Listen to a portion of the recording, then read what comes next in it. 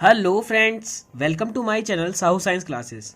आज की video BSc third year वालों के लिए है, जिसमें हम फिजिक्स का थर्ड पेपर कर रहे हैं। और लास्ट की एक वीडियो आ चुकी थी जिसमें मैंने P type semiconductor, N type semiconductor इनके बारे में बता दिया था।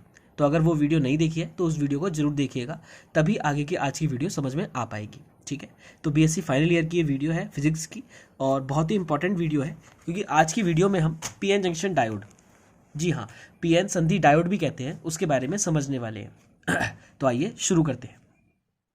पीएन जंक्शन डायोड आपने पढ़ा था, पी टाइप सेमीकंडक्टर और एन टाइप सेमीकंडक्टर लास्ट की वीडियो में। अब पीएन जंक्शन डायोड कैसे बनेगा? पीएन जंक्शन डायोड में हम क्या करेंगे, हमने पीएन जंक्शन यानी कि पी और एन, एक तो पी सेमीकंडक्टर और एक एन सेमीकंडक्टर, इन दोनों को मिला देना है। अब इन दोनों को मिलाया कैसे जाता है? मैं अगर आपसे बात करूं कि ये मेरे पास एक क्या है, ये मेरे पास एक पूरा अर्धचालक है। अब इस अर्धचालक में मैं इतने आधे पार्ट को क्या करूंगा, छुपा लूंगा, और इस आधे पार्ट में मैं ये जो आधा पार्ट मेरे पास बचा हुआ होगा, इसमें मैं 3 संयोजकता वाली अशुद्धियां मिला दूंगा। तो ये कैसा बन जाएगा? पी टाइप सेमीकंडक्टर बन जाएगा। अब इसको कवर करके मैं इसको मिला दूंगा, तो इसमें 5 संयोजकता वाली अशुद्धि मिला दूंगा, तो ये एन टाइप सेमीकंडक्टर बन जाएगा। तो इसलिए ऐसे ये पी टाइप और ये एन टाइप सेमीकंडक्टर एक दूसरे से जुड़ जाएंगे और ये पीएन संधि का निर्माण कर देंगे। समझ में आ गई मेरी बात? अब देखो, यह एक अर्धचालक युक्ति है जिसमें एक क्षेत्र पी टाइप अर्धचालक होता है तथा दूसरा क्षेत्र एन टाइप अर्धचालक होता है। एन क्षेत्र में जितने दाता आयन होते हैं उतने ही इलेक्ट्रॉन होते हैं। भाई आपको ये वाली चीज आपने लास्ट वीडियो में पढ़ी है अच्छे से कि एन क्षेत्र में जितने दाता आयन होते हैं उतने ही इलेक्ट्रॉन होते हैं, तथा पी क्षेत्र में जितने ग्राही आयन होते हैं उतने ही कोटर होते हैं। इसका मतलब क्या हुआ, ध्यान से समझिएगा। यहाँ पर देखो, हमने देखा कि ये हमारी पीएन जंक्शन बनके तैयार हो चुकी है ना। अब पीएन जंक्शन बनके तैयार कैसे हुई, देखो आप यहाँ पर देखेंगे कि पी टाइप में ये वाला पी टाइप है, ये वाला पी टाइप को डिनोट कर रहा है ये वाला, और ये वाला एन टाइप को डिनोट कर रहा है। ठीक है, अब पी टाइप में आपने पढ़ा है क्या होता है, कोटर्स होते हैं। क्या होते हैं? कोटर होते हैं। तो ये कोटर यानी कि इलेक्ट्रॉन की कमी को प्रदर्शित करते हैं। जब इलेक्ट्रॉन की कमी को प्रदर्शित करते हैं तो कोटर पे चार्ज कैसा होगा, पॉजिटिव होगा।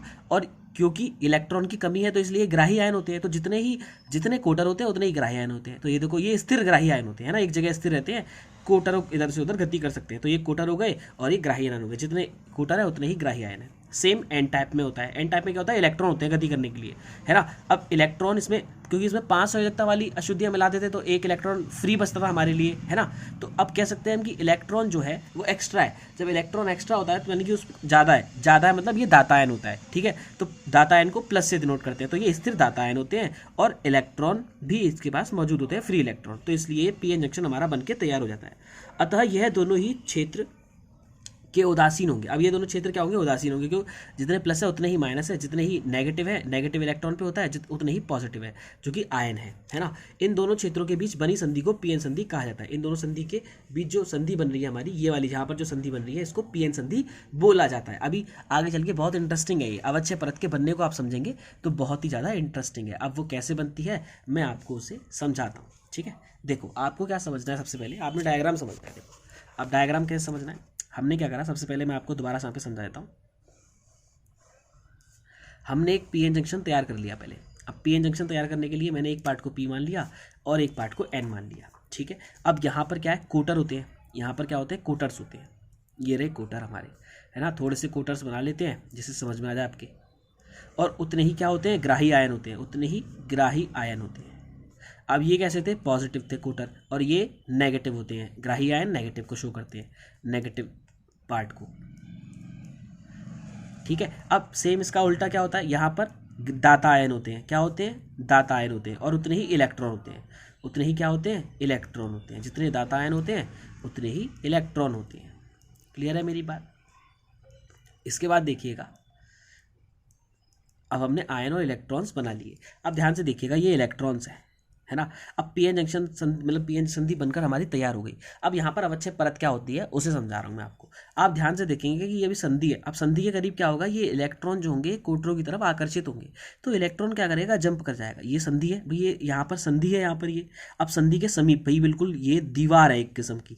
अब ये भी दीवार है तो इधर दिख रहा है तुम्हें कि इधर दीवार के जस्ट पास में कौन है, इलेक्ट्रॉन है, और जस्ट पास में कौन है, कोटर है। तो इन दोनों के बीच क्या होगा, प्लस और माइनस के बीच आकर्षण होगा। जब प्लस और माइनस के बीच आकर्षण होगा तो इलेक्ट्रॉन जंप करके कहाँ चला जाएगा, कोटर में चला जाएगा। तो जब इलेक्ट्रॉन जंप करके कोटर में चले जाएंगे, इलेक्ट्रॉन जंप करके कहाँ चले जाएंगे, कोटर में, ठीक है। तो संधि के समीप हमारे कोटर होंगे ना, उनमें चले जाएंगे। तो ये कोटर है और ये इलेक्ट्रॉन है, ये गया तो ये क्या हो गया, इसमें समाहित हो गया। जब इसमें समाहित हो गया तो प्लस और माइनस मिलकर क्या बना देते हैं, उदासीन बना देते हैं, यानी कि कोई भी चार्ज नहीं रहता।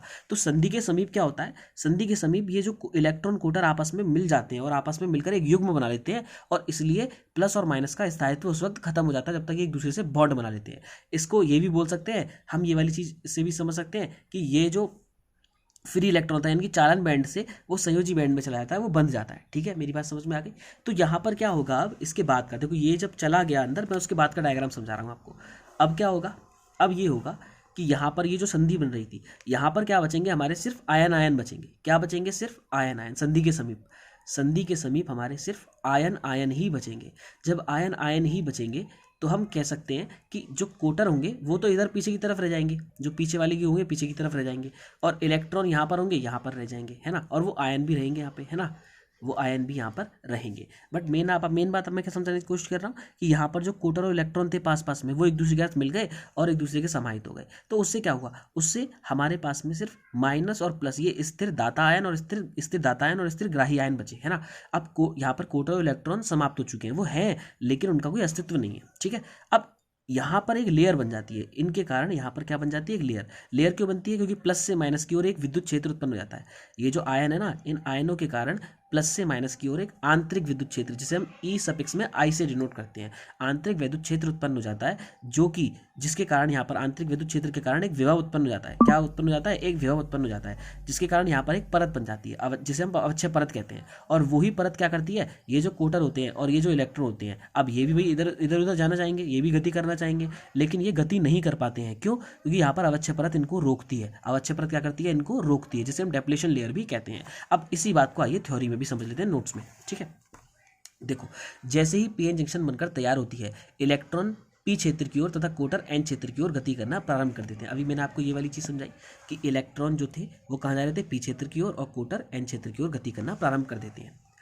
उसके बाद में और संधि के पास ये एक दूसरे से मिल जाते हैं, जिससे इलेक्ट्रॉन व कोटरों का अस्तित्व क्या हो जाता है, समाप्त हो जाता है। अभी बताया मैंने आपको। अतः संधि के पास कुछ क्षेत्र में आवेश वाहक समाप्त हो जाते हैं। तो संधि के पास में क्या होता है, ये जो मैंने दूसरा डायग्राम बताया, संधि के पास में क्या होता है, आवेश वाहक क्या हो जाते हैं, समाप्त हो जाते हैं। इस क्षेत्र को अवच्छय परत कहते हैं। इसी क्षेत्र को क्या बोलते हैं बेटा, अवच्छय परत कहते हैं। अवच्छय परत में सिर्फ स्थिर दाता एवं ग्राही आयन होते हैं। अभी दिखाया मैंने, स्थिर दाता एवं ग्राही आयन होते हैं, जिसके कारण संधि में एक आंतरिक वैद्युत क्षेत्र उत्पन्न हो जाता है। बताया था, आंतरिक वैद्युत क्षेत्र उत्पन्न हो जाता है। अवच्छय परत बनते ही धारा का प्रवाह रुक जाता है। आंतरिक वैद्युत क्षेत्र के कारण संधि के आर पार एक विभव उत्पन्न हो जाता है, जिसे विभव प्राचीर कहते हैं। क्या कहते हैं, विभव प्राचीर कहते हैं। यहाँ पर जो विभव उत्पन्न हो जाता है ना, जो रोक रहा है, उसको विभव प्राचीर कहते हैं, पोटेंशियल बैरियर कहते हैं। ठीक है, अब विभव प्राचीर सबके लिए अलग अलग होता है। सिलिकॉन के लिए 0.7 वोल्ट होता है, जर्मेनियम के लिए 0.3 वोल्ट होता है। ठीक है, इसके बाद आइए समझते हैं पीएन संधि डायोड में धारा का प्रवाह। ये तो जो डायग्राम मैंने आपको बना के समझाया था ना पीछे,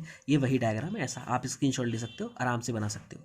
अब आता है पीएन संधि डायोड में धारा का प्रवाह। तो देखो, धारा के प्रवाह को समझते हैं।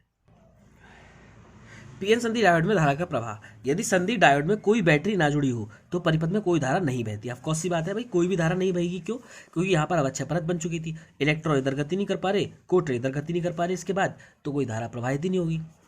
लेकिन हमें धारा प्रवाह करनी है, तो कोई धारा नहीं बहती, अर्थात पीएन जंक्शन डायोड में धारा प्रवाहित करने के लिए इसे बैटरी के साथ जोड़ते हैं। एवं बैटरी को दो प्रकार से जोड़ा जा सकता है, एक तो अग्र अभिनति जिसे फॉरवर्ड बाइजिंग कहते हैं, एक उत्क्रम अभिनति जिसे रिवर्स बाइजिंग कहते हैं। सबसे पहले आता है फॉरवर्ड बाइजिंग, ठीक है, जिसे हम अग्र अभिनति भी कहते हैं। ठीक है, इसमें पी क्रिस्टल को, यानी कि जो पी अर्धचालक है हमारा, उसको बैटरी के धन सिरे से एवं एन क्रिस्टल को बैटरी के ऋण सिरे से जोड़ते हैं। तो देखो भाई, ये आपको आराम से दिख रहा होगा, अच्छा सा डायग्राम बन रहा है। ये पी टाइप है और ये एन टाइप है। वो ये जो है ना, ये डैश वाला पार्ट, ये संधि को डिनोट कर रहा है। हमने आयनों को यहाँ से हटा दिया है, सिर्फ इलेक्ट्रॉन और कोटरों को दिखा रहे हैं। ठीक है, आराम से समझ में आ जाएगा।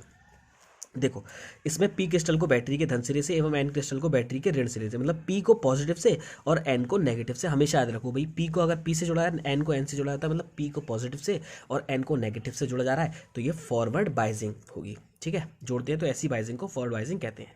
यदि बैटरी का विभवांतर संधि के विभव प्राचीर से अधिक होता है, अब संधि का विभव प्राचीर क्या था भाई, एक बात सोचो जरा, दोबारा सुन लो कि यहाँ पर ये जो संधि है, यहाँ पर अवच्छय परत बन गई, अवच्छय परत बन गई, साथ में एक विभव उत्पन्न हो गया।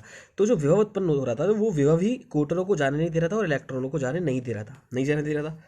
अब एक चीज़ समझना कि अगर हम उतना विभव दे दें, अगर हम उतना विभव इस पी क्रिस्टल और एन क्रिस्टल को दे दें, तो उस विभव से क्या होगा कि ये जो पोटेंशियल बैरियर होगा ना, ये कमज़ोर हो जाएगा। ये जो अवच्छय परत है ना, ये कमज़ोर हो जाएगी।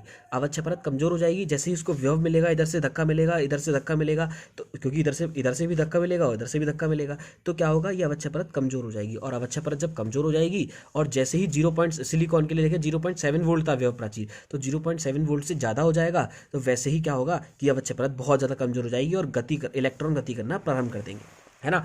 तो सेम यहाँ पर है कि विभव प्राचीर से अधिक होता है। तो देखो एक चीज़ समझो जरा कि हमने P के साथ पॉजिटिव जोड़ा और N के साथ नेगेटिव जोड़ा। जब देखो P के साथ पॉजिटिव और N के साथ नेगेटिव जोड़ेंगे और धीरे धीरे धारा का मान बढ़ाएंगे, जब धीरे धीरे करके धारा का मान बढ़ाएंगे तो क्या होगा कि पहले 0.1 दिया, 0.2 दिया, फिर 0.7 भी होगा, है ना। जैसे ही 0.7 से ऊपर जाएगा तो ये अवच्छय परत बहुत कमज़ोर हो जाएगी, मतलब वो विभव प्राचीर के मान से हमारे विभव का मान ज़्यादा हो जाएगा। ये विभव ही तो दे रहा है, तो हमारे विभव का मान क्या हो जाएगा, ज़्यादा हो जाएगा। जब हमारे विभव का मान ज़्यादा हो जाएगा तो ये जो इलेक्ट्रॉन थे भाई, आप एक चीज़ सोचो जरा, P से क्या मिल रहा है, पॉजिटिव, और N से क्या मिल रहा है, नेगेटिव। यहाँ से नेगेटिव मिल रहा है तो इलेक्ट्रॉन पे क्या चार्ज होता है, नेगेटिव। तो ये नेगेटिव से नेगेटिव क्या होगा, प्रतिकर्षित होंगे, मतलब ये इधर की तरफ जाएंगे। और पॉजिटिव से कोटर क्या होगा, पॉजिटिव चार्ज होता है, ये उधर की तरफ जाएंगे। तो अभी इधर की तरफ से ये आ रहे हैं, इधर की तरफ से ये धक्का दे रहे हैं, तो क्या होगा, अवच्छय परत कमजोरी तो होगी, कमजोर होगी तो वो एक दूसरे को, अवच्छय परत को बहुत कमजोर कर देंगे और अवच्छय परत बहुत ही हट जाएगी बिल्कुल, और इलेक्ट्रॉन इधर गति करना स्टार्ट कर देंगे और कोटर इधर चले जाएंगे और इलेक्ट्रॉनों की गति से ही क्या होगा, धारा का प्रवाह होना शुरू हो जाएगा। तो ये हो गई आपकी फॉरवर्ड बाइजिंग, है ना। देखो तो बहुसंख्यक आवेश वाहक संधि के आर पार गति करना प्रारंभ कर देंगे, अतः परिपथ में धारा प्रवाहित होने लगती है और अवच्छय परत की चौड़ाई घटने लगती है। अब अवच्छय परत की चौड़ाई घट गई, जिसके कारण संधि का प्रतिरोध भी कम हो जाता है। क्लियर हो गई मेरी बात। इसके बाद समझते हैं रिवर्स बाइजिंग। अब रिवर्स बाइजिंग क्या होती है, जब पीएन जंक्शन में पी क्रिस्टल को बैटरी के ऋण सिरे से, अब की बार क्या हो जाएगा, उल्टा हो जाएगा कि हम क्या करेंगे, पी को ऋण सिरे से जोड़ेंगे और इसको नेगेटिव सिरे से, मतलब एन टाइप को पॉजिटिव सिरे से जुड़ेंगे। तो होगा क्या, तो एक चीज़ सोच रहा, इसको प्लस से जोड़ा और इसको माइनस से जोड़ा, तो ये जो इलेक्ट्रॉन है अब की बार पॉजिटिव की तरफ गति करना स्टार्ट कर देंगे और ये जो कोटर है ये नेगेटिव की तरफ गति करना स्टार्ट कर देंगे। तो जब कोटर इधर कर देंगे, गति करना स्टार्ट कर देंगे और इलेक्ट्रॉन इधर गति करना स्टार्ट कर देंगे। फॉरवर्ड बाइजिंग में तो इधर आ रहे थे तो अवच्छय परत को दबा रहे थे, अब अवच्छय परत के लिए आसानी हो जाएगी और अवच्छय परत का मान और बढ़ जाएगा, अवच्छय परत और बढ़ती जाएगी, उसको कोई दिक्कत नहीं होगी, है ना। तो हम कह सकते हैं कि जब पी एन जंक्शन में पी क्रिस्टल को बैटरी के ऋण सिरे से और एन क्रिस्टल के बैटरी के धन सिरे से जोड़ते हैं तो ऐसी बाइजिंग को रिवर्स बाइजिंग कहते हैं। अतः इलेक्ट्रॉन एवं कोटर संधि से दूर गति करने लगते हैं और अवच्छय परत की चौड़ाई बढ़ जाती है, अतः संधि का प्रतिरोध भी क्या हो जाता है, बढ़ जाता है ना। अतः बहुसंख्यक आवेश वाहकों के कारण संधि के आर पार को धारा प्रवाहित नहीं होती, परंतु अब एक चीज समझना है, परंतु कुछ अल्पसंख्यक आवेश वाहक, जैसे मैं आपसे बात करूं यहाँ बहुत सारे इलेक्ट्रॉन है। अब ऐसा भी हो सकता है भाई नो वन इज परफेक्ट, तो इसके अंदर एन टाइप में इलेक्ट्रॉन ही इलेक्ट्रॉन है एक्स्ट्रा, लेकिन एक आध कोई से 99 में से एक कोटर भी हो सकता है। अब एक कोटर भी हो सकता है और यहाँ पे कोटरों में एक इलेक्ट्रॉन भी हो सकता है ना, एक आध कोई इलेक्ट्रॉन भी हो सकता है। अब यहाँ पर क्या होगा, नेगेटिव को नेगेटिव मिल रहा है, पॉजिटिव को पॉजिटिव मिल रहा है, तो ये कोटर तो इधर ही गति करेगा और इलेक्ट्रॉन इधर गति करेगा, है ना। ये जो अल्पसंख्यक आवेश वाहक है तो इनके कारण एक बहुत ही क्षीण धारा, बहुत ही अल्प धारा बहने लगती है, जिसे पश्च धारा भी कहते हैं, है ना, रिवर्स करंट भी बोलते हैं। तो कुछ अल्पसंख्यक आवेश वाहक संधि को पार कर जाते हैं, जिसके कारण रिवर्स डायरेक्शन में एक अति सूक्ष्म धारा प्रवाहित होती है, जिसे हम रिवर्स करंट कहते हैं। अदरवाइज आप एक बात हमेशा याद रखो, आपको बोलना है कि रिवर्स बाइजिंग में कभी भी करंट फ्लो नहीं होता, बस एक रिवर्स करंट फ्लो होता है जिसका मान बहुत ही सूक्ष्म होता है ना। देखो ये पीएन जंक्शन डायोड का चिन्ह है ना, ये पीएन जंक्शन डायोड का क्या होता है, चिन्ह होता है, सिंबल होता है, तो इसको हमेशा याद रखना है, ऐसा करके आपको सिंबल बना लेना है और ये पीएन जंक्शन का डायोड का चिन्ह हो गया। ठीक है, आई मेरी बात समझ में। अब एक और चीज, वीआई अभिलाक्षणी वक्र, V I character curve when P N junction diode in forward biasing, ये जरूर आता है आपके पेपर में, कर्व को ढंग से समझ लेना है आपको और बस ये पूरा क्वेश्चन आपका समाप्त हो जाएगा। ठीक है, तो देखो आपने देखा था जब पीएन जंक्शन डायोड फॉरवर्ड बाइजिंग में होता है तो जैसे जैसे हम फॉरवर्ड वोल्टेज का मान बढ़ाते जाते हैं वैसे वैसे फॉरवर्ड करंट का मान बढ़ता जाता है। मैंने आपको बताया था पहले 0.1 वोल्टेज होगी, 0.2 होगी, धीरे धीरे करके मान बढ़ेगा, धीरे धीरे करके क्या होगा, फॉरवर्ड बाइजिंग में मान बढ़ेगा और अवच्छय परत की चौड़ाई घटेगी, अवच्छय परत की चौड़ाई एकदम घटती जाएगी और जैसे ही 0.7 यानी कि सिलिकॉन अगर हमारा पदार्थ है तो 0.7 को पार करेगा तो करंट का मान तेजी से बढ़ जाएगा। ठीक है, तो क्या होगा कि फॉरवर्ड करंट का मान बढ़ता जाता है जैसा कि चित्र में दिखाया जाता है। ठीक है, अब फॉरवर्ड वोल्टेज का मान बढ़ाने पर जैसे ही विभव प्राचीर से अधिक विभव लगता है तो फॉरवर्ड करंट का मान अचानक से बहुत अधिक हो जाता है।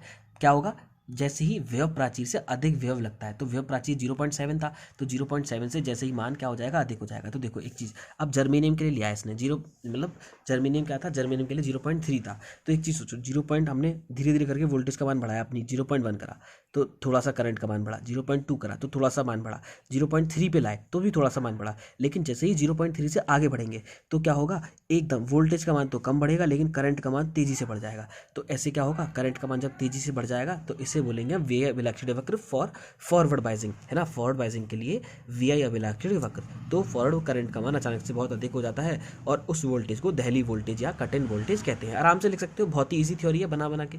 कट इन वोल्टेज के नीचे कम वोल्टेज पर धारा के मान में परिवर्तन बहुत स्लो होता है। देखो इसके नीचे तो धारा के मान में परिवर्तन बहुत स्लो रहा था, देखो धीरे धीरे करके ऊपर इतना ऊपर आया था बस, है ना। और फिर जरा सी वोल्टेज बढ़ाई तो इसका मान एकदम तेजी से ऊपर की तरफ बढ़ गया, ठीक है।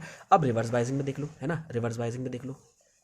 अब रिवर्स बाइजिंग में क्या होगा, जब पीएन जंक्शन डायोड रिवर्स बाइजिंग में हो तो प्रारंभ में रिवर्स वोल्टेज का मान बढ़ाते जाने पर रिवर्स करंट में हमें कोई परिवर्तन महसूस नहीं होता है। अब रिवर्स वोल्टेज के मान को हम यदि धीरे धीरे बढ़ाते हैं तो एक निश्चित वोल्टेज पर रिवर्स करंट का मान अचानक अधिक हो जाता है ना, जिससे पीएन जंक्शन डायोड डैमेज हो जाता है। तो क्या होता है कि भाई यहाँ पर करंट तो बह ही नहीं रहा था, इस पर करंट तो फ्लो हो ही नहीं रहा था, लेकिन रिवर्स करंट का मान हम तेजी से बढ़ा रहे थे, जिसकी वजह से वो गर्म हुआ और गर्म होने के ऊष्मा निकली और ऊष्मा की वजह से वो हीट मतलब झेल नहीं पाया और उसकी वजह से वो फूक जाता है, जिससे पीएन जंक्शन डायोड डैमेज हो जाता है। और यह घटना एवलांच भंजन कहलाती है। क्या कहलाती है, एवलांच भंजन कहलाती है। तथा इस निश्चित वोल्टेज को जिस पर यह घटना होती है उसे भंजक वोल्टेज या ब्रेक डाउन वोल्टेज कहते हैं। तो होता क्या है कि धीरे धीरे करके हम रिवर्स में किसका मान बढ़ाते जाते हैं, व्यव का। ये व्यव है और ये करंट है, तो व्यव का मान बढ़ाते जाते हैं तो करंट का मान एक निश्चित मान तक बढ़ता है ना। फिर क्या होता है कि यहाँ पर एक व्यव क्या होगा, जब हम नेगेटिव बढ़ा देंगे तो करंट का मान बहुत तेजी से बढ़ जाएगा और ये सब फूक जाएगा, ठीक है। तो इस तरीके से आप अच्छे से इसको रिवर्स बाइजिंग को समझ सकते हो डायग्राम के थ्रू और ग्राफ के थ्रू, ठीक है।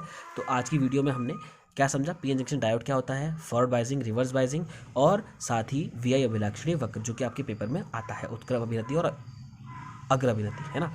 तो चैनल पर बने रहिएगा। अगर वीडियो अच्छी लगी तो वीडियो को लाइक कीजिएगा और फ्रेंड्स के साथ ज़्यादा से ज़्यादा शेयर कीजिएगा। मिलते हैं बहुत जल्द ऐसी ही इंपॉर्टेंट वीडियो में।